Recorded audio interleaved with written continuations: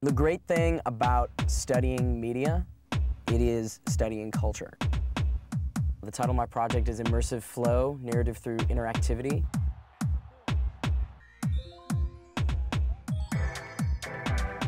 Can I successfully complete a game and feel emotionally immersed in a narrative?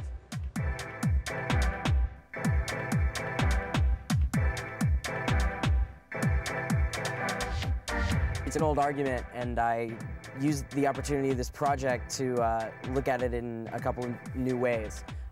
Looked at it from the perspective of cinema theory, because I'm a critical studies major. How does the following scene from E.T. make you feel? Try to notice all the elements that combine to create that feeling. The music, the shots of other characters' reactions, and the way the camera is placed to make you look at people in a specific way. I looked at a bunch of scholarship about the user relationship to cinema. It's voyeuristic, you identify with main characters, and that's what makes visual narrative emotionally immersive.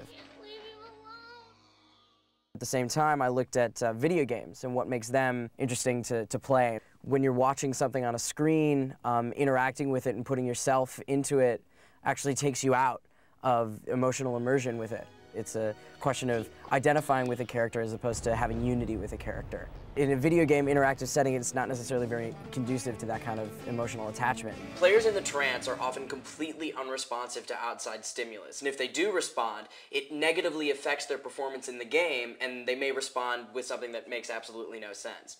To test this, we're going to do a little experiment here. I'm going to play a level of Guitar Hero with minimal distractions, not using any star power. And then I'm going to play the same level while trying to hold a conversation with my friend Mario. All right, so here we go.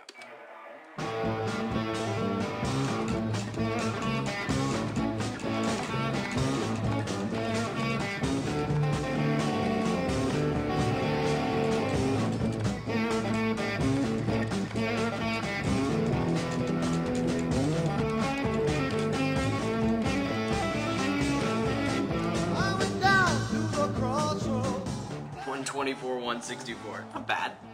Doing better, not bad. So now we're going to try the same thing, except Mario here is going to have a conversation with me at the same time. We'll see how well the conversation goes, and we'll see how high my score is. You ready? Yep. Right. I'm actually kind of scared about like what you're going to talk to me about.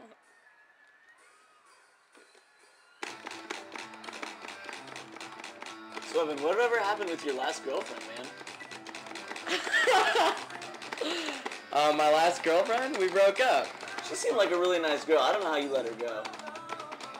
I didn't let her go. It was like a mutual thing. So she dumped you is what you're saying?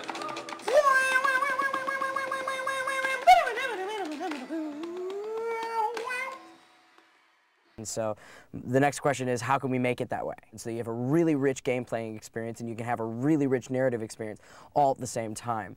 So through this kind of experiential argument, the whole thing is set up as a game in and of itself. Kind of aesthetic of the whole thing looks like an 8-bit video game. I use lots of like Mario and Donkey Kong. As you go through it, you click on these links and it brings up video clips that are segments of gameplay with me talking over them, kind of framing what's going on in there in terms of my argument. Myst falls short of a truly effective narrative in the end because I'm shown all too clearly the difference between right and wrong in the situation. You've done the right thing. I have a difficult choice to make. That lowers the stakes of the conflict to the point where emotional attachment to either brother is impossible, so emotional investment in the decision is unlikely. I knew all along that both brothers were crazy. Innocent bystander. I've been wrongfully tricked into imprisonment. The evidence was overwhelming. You will see that I am innocent and he is guilty.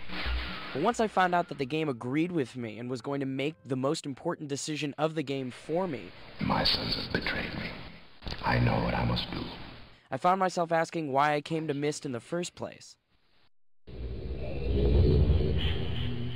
Myst could work, the narrative just isn't that well written.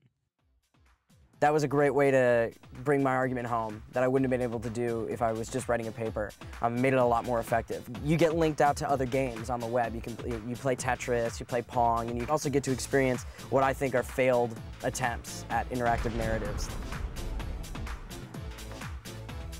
I understand where society has come from and where society is going to because I understand this way that society communicates, which is an unbelievable skill to have. And that's what the IML has given me. And then on top of that, to not only understand it, but to be able to have the experience of actually making it.